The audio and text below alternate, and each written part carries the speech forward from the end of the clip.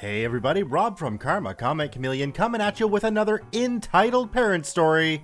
Entitled kid assaults me with fists and fire ants. Entitled mother refuses to pay for babysitting. My own mother defends them in the worst way possible. Let's jump right in. As of right now recording this video, we're at 42,720 subscribers. That is amazing. Thank you guys for the continued support. It's awesome. I really appreciate it. And if you haven't yet, I ask you to consider hitting that subscribe button and join our giveaway when we hit 50,000 subs. Back to our story. Let me start off by saying that this is going to be a difficult story for me to tell. I'll preface things by stating that I have autism, and it's something I've struggled with throughout my entire life.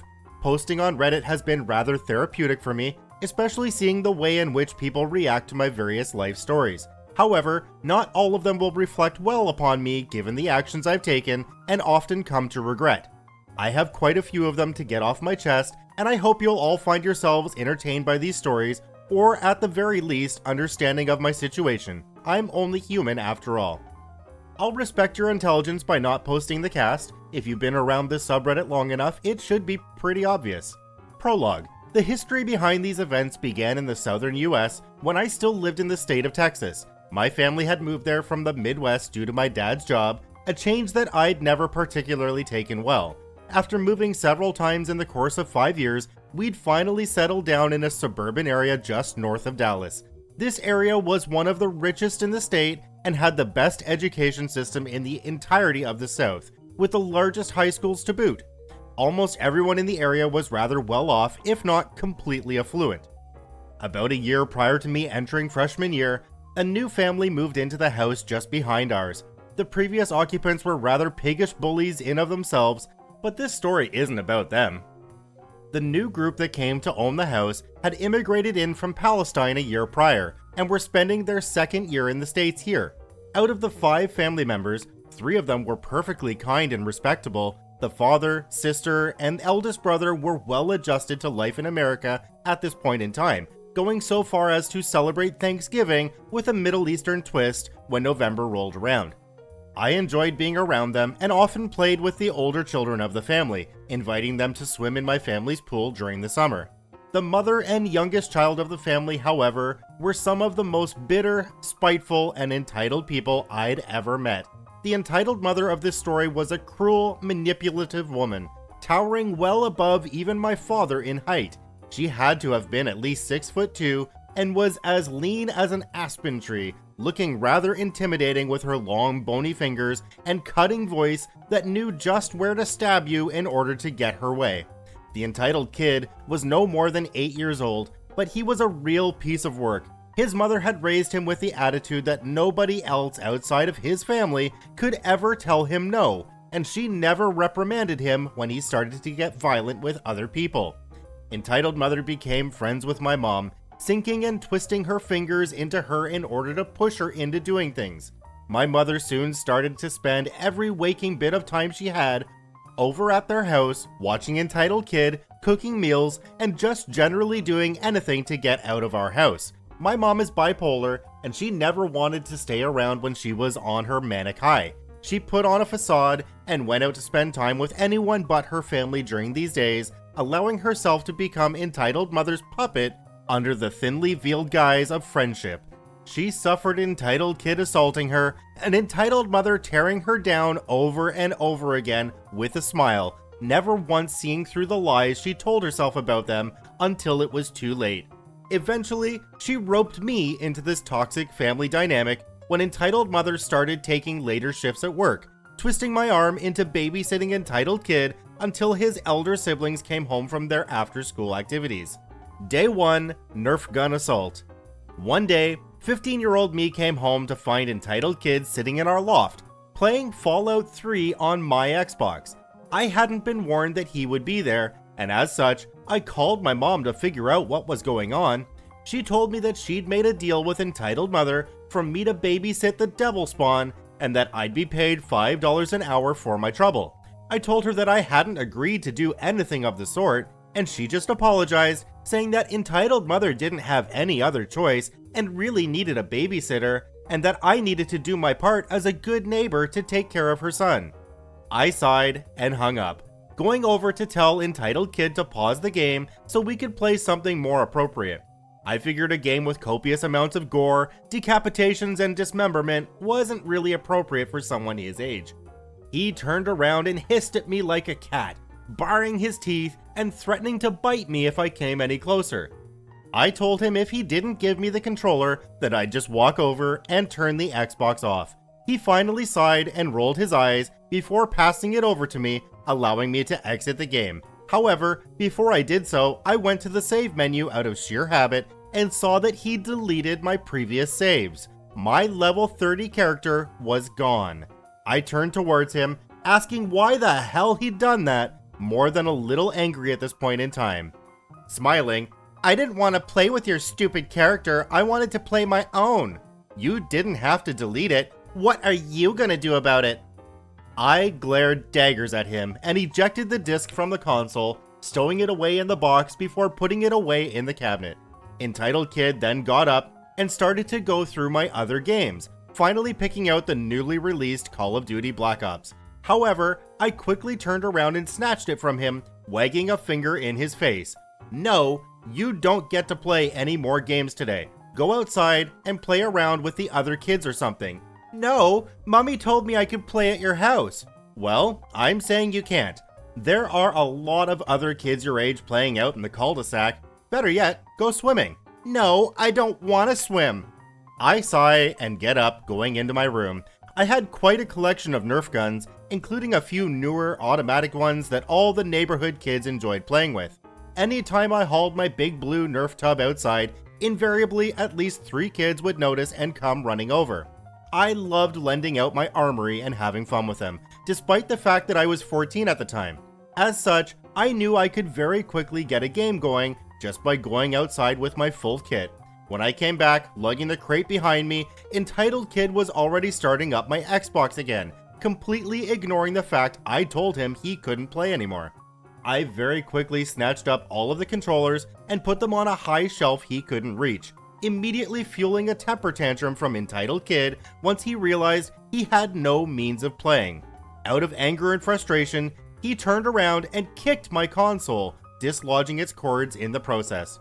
My patience was being severely tested at this point in time, and as such, I quickly moved to interpose myself between Entitled Kid and my gaming setup, which resulted in Entitled Kid aiming a kick at my balls. He missed, and I caught his ankle, causing him to lose his balance and fall back. This resulted in him crying even more until I rolled my eyes and took a Nerf revolver out of my tub and shot him in the chest with it. He immediately stopped crying and looked at me confused, wiping away his crocodile tears. "You have Nerf guns?" "Yeah, a full crate of them. Want to go outside and play now?" Entitled Kid quickly got to his feet and ran at me, snatching the pistol out of my hands before running downstairs with it. I sighed and started to lug the crate downstairs. Just as I got to the landing, however, Entitled Kid popped back up and started shooting me with the pistol, which was rather high-powered for a stock Nerf gun. I reached up to shield my face and gave a fake laugh, masking my annoyance with him as I got the crate down to the first floor and began to bring it outside. As I'd anticipated, nearly every kid in the neighborhood gathered around us within 20 minutes, resulting in 12 kids eagerly running around with various dart guns, blasting away at one another. A few of the older kids grabbed the bigger Nerf guns, but everyone respected my choice of weapon as the owner. I grabbed the newest automatic one I had and started trying to coordinate everyone into teams, only to have the machine gun nearly yanked out of my hand by none other than Entitled Kid. "Hey, I want to use that one." "Dude, it's practically bigger than you are. I want to use it." Entitled Kid then tried to kick me in the shin, causing me to step back and level the gun at him.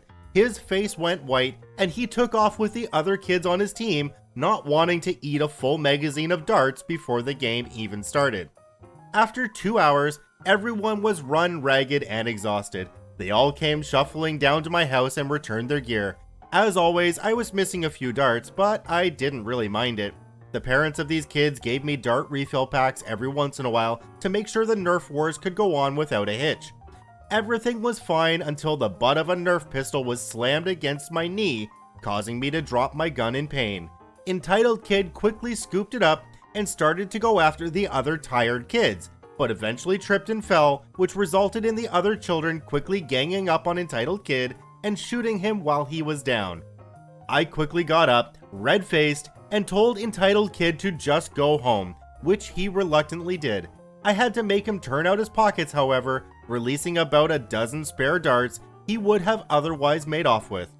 I told my mother about the whole encounter, and she begged me to forgive Entitled Kid and just keep babysitting him for the foreseeable future, at least until Entitled Mother could change her hours or hire another sitter. Day 2, Fire Ant Incident. The second day of hell began differently from the first. Given the fact that my controllers were out of reach and I'd put my Xbox up, Entitled Kid was waiting at the door for me, messing around on his Nintendo DS. I very quickly verified that it wasn't mine, as it was an older model and didn't match the colors of my family's. I tried to convince him to go swimming with me, but he told me he wasn't interested and just wanted to play his game on my covered porch. It was warm outside, but given the cloudy day, it wasn't uncomfortable by any means. With that in mind, I figured he could mind himself and went over to my next door neighbor. My neighbor was 18 at the time and had expressed an interest in running a 3.5e D&D campaign. I'd shown him my vast collection of tomes, handed down to me by my father, who'd long since given up gaming at this point. We eagerly talked back and forth for several minutes about character concepts, discussed the setting and world, and just generally nerded out. I loved the idea of playing in an Oriental fantasy setting, especially after having just beaten the game Jade Empire. I was unprepared to hear the sound of quick footsteps approaching from behind me. I suddenly found my head covered in dry, crumbly earth as a Tupperware container bounced off my head. I turned around quickly to glare at Entitled Kid, who was looking at me with a rather smug expression on his face.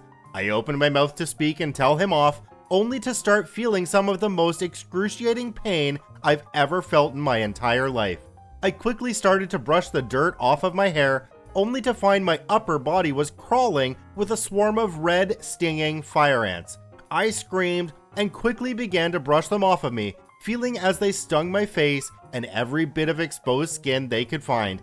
The ants crawled down the front of my shirt and down into my pants, causing me to wriggle and jump around as I swatted myself up and down, trying to kill the vile insects before they could cause even further damage. It was only then that I was hit with a jet of cold, pressurized water that started to blast the insects away, scouring my skin of the stinging horde. I looked up in time to see my neighbor with his garden hose in hand, aiming at my face before another deluge of water soaked me. He hosed me down for several long minutes, Entitled Kid cackling devilishly all the while. Afterwards, I stomped towards Entitled Kid and his smile vanished, his face a genuine mask of fear now that his little prank was over. What the f*** was that for? You were ignoring me and I'm hungry. You were playing on your DS. I wasn't ignoring you, you little sh**. Well, I got bored, so I wanted to show you some fire ants that I found. By dumping them on my head? It was an accident. You were f***ing laughing at me. At this point, my neighbor apologized to me and said it must have been an accident, as there was no way Entitled Kid would go out of his way to pull such a dangerous and nasty prank on someone. He asked me to leave, as he wasn't comfortable with me cussing this child out in front of his house, and insisted that I just go back inside and deal with my injuries. There wasn't anything I could do at that point other than just go back home, though I quickly stripped down to my underwear and jumped in the pool just to make sure I didn't have any more ants crawling over me. The icy plunge had proven to be rather refreshing and cooled the rage that had been boiling up inside me. I was still very angry with Entitled Kid, but I took a deep breath and decided to be the bigger person. After all, if I punished him, I might be seen as a teenager bullying a small child for something he might not have known better. I decided to make a few hamburgers for us. As such, I ignited the grill and went inside, deciding to pan fry myself some bacon. Entitled Kid came over to me, wondering what smelled so good. I told him it was pork and he wasn't allowed to eat it. Entitled Kid rolled his eyes and sighed, taking a seat on the couch. Afterwards, I plated it up and set it down on the counter.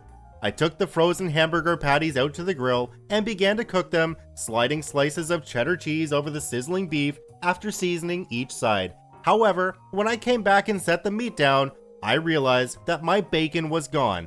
At first, I wondered if my dog had eaten it, as he was a very big Labrador and smart to boot. He'd done this sort of thing before. However, I noticed that the plate was still left out, and as such, I turned towards Entitled Kid, who was currently licking his fingers and smirking at me. Entitled Kid, did you eat my bacon? No. Okay, where did it go then? I don't know. Don't give me that crap. Why did you eat it? It smelled good. I wanted it. You do realize that's pig, right? Pork, the stuff you're not allowed to have? Mommy said you're not allowed to tell me no. I wanted it, so I ate it. Just make more. How about I tell your mother that you stole bacon from me? Entitled Kid went silent for several minutes after that, seemingly not liking the idea of his mom finding out he ate something he wasn't supposed to. After a while, he started pouting and looked at me after eating his burger. I'll be good if you don't tell my mom. Still going to tell her. I'll tell her you made me eat it. I realized that I was backed into a corner. Neither my own mother nor Entitled Mother would believe my side of the story if I told them, and as such, all I could do is bite back my frustration and take the shit that Entitled Kid was throwing at me until he went home an hour later. When he left, I took the chance to shower and gently rinse the bites I'd taken, the maddening itching subsiding in the warm water. By the time I'd finished tallying everything up, there were 37 bites that I could see, and when my sister got home, she counted the rest that I couldn't. I'd suffered 52 in total, little red welts that turned into painful, pimple-like pustules over the next few days. The worst areas were my scalp and shoulders, with my forearms taking a battering only second to the others. I had several stings going down the back of my neck and shoulders, and even a few on my waist and one near my groin. I'd had it. I stormed over to my mother when she got home, but she wouldn't hear any of it. She told me that Entitled Kid didn't mean to do it, and he was sorry, that he was just being a little boy and doing the things that little boys did. She reminded me of the time I had dug up a nest of little black ants and showed her, but when I brought up the point that he had thrown the container at me, she just brushed it off. When I told her she wouldn't act this way if Entitled Kid had been abusing my sister, she stayed silent. My sister was deathly allergic to insect stings after being pushed into a fire ant nest when she was younger. A single sting could send her into anaphylactic shock. She told me to go to my room and that I'd only have to put up with Entitled Kid for the rest of the week, and my sister helped me to treat the ant stings covering my upper body. Day 3, I've had enough. The third day began much like the first, with me coming home to find Entitled Kid playing on my Xbox. This time he was playing Black Ops and loudly complained about me not having Xbox Live. I hadn't renewed my subscription yet, and as such, I'd been offline for several weeks at this point. I offered to just sit down and play against bots or one-on-one him. He accepted, and we started to play. Just a few minutes passed before he started to reveal his horribly colorful and offensive vocabulary. He began to talk me, calling me a shithead, a mother, and any number of other insults. He swore like a sailor and began to get worked up every time he died. Eventually, he whipped around and sank his teeth into my arm after I shot him one time too many. His teeth dragged and scraped against my skin, popping some of the pustules that had started to form on my arm. I howled in pain and fought the urge to simply backhand the little into next week. My arm stung, both around the bite, he hadn't broken the skin there, and the open wound stung like fryer oil burns. He pulled back and smirked at me, only for his expression to fall into one of horror as I glared back at him. Entitled Kid very slowly turned back to the game and meekly asked if we could keep playing. I took a deep breath and decided to give him one more chance, as it was only another hour until his family came home. We had decided to play Nazi Zombies, a game mode that he wasn't very good at. Whenever I made calls he didn't appreciate or got more points than him, he started to get upset. Eventually, I got a great gun out of one of the boxes and he finally snapped. I felt a sharp pain in the back of my head as one of my controllers cracked against my skull. I whipped around to face him, only for the controller to catch me in my cheek. I gasped, my teeth cutting into the inside of my mouth and drawing blood, creating a ragged wound that turned my teeth red. I blinked, blood pouring from my mouth, as I stared at Entitled Kid in disbelief as he dropped the controller and glared at me. I quickly rushed forwards, pinning his arms to his sides and lifting him off the ground. I was angry, more so than I'd ever been up to that point in my life. His face turned ashen until he began stammering, You can't hit me, I'm just a kid. He then smiled, his fear slowly melting away as I gave him the death glare, clearly not having any of his shit anymore, and blood dripped down my shirt. Get out of my house and never lay a finger on me again. Got it? That was when a hot wad of liquid smacked against my cheekbone, nearly hitting me in the eye. Entitled Kid had quite literally spat in my face and was hawking another wad to spit again. I finally snapped, my temper flaring as I roared. Blood flew into his face as his eyes widened. I quickly threw him over my shoulder like a sack of potatoes and began to march downstairs. He beat against my back with his tiny fists, kicking and screaming as loud as he could. I felt a few more of the ant bites pop, but this only fueled my rage. I didn't care anymore, I just wanted to see this kid pay. Entitled Kid continued to wail as I opened the door to my backyard and started to run towards the pool. He screamed, realizing what was about to happen as he writhed and wormed trying to break my grip, but it was no use. I chucked his ass, yeeting him right into the pool. He hit the cold water with a loud splash, back flopping right into the shallow end.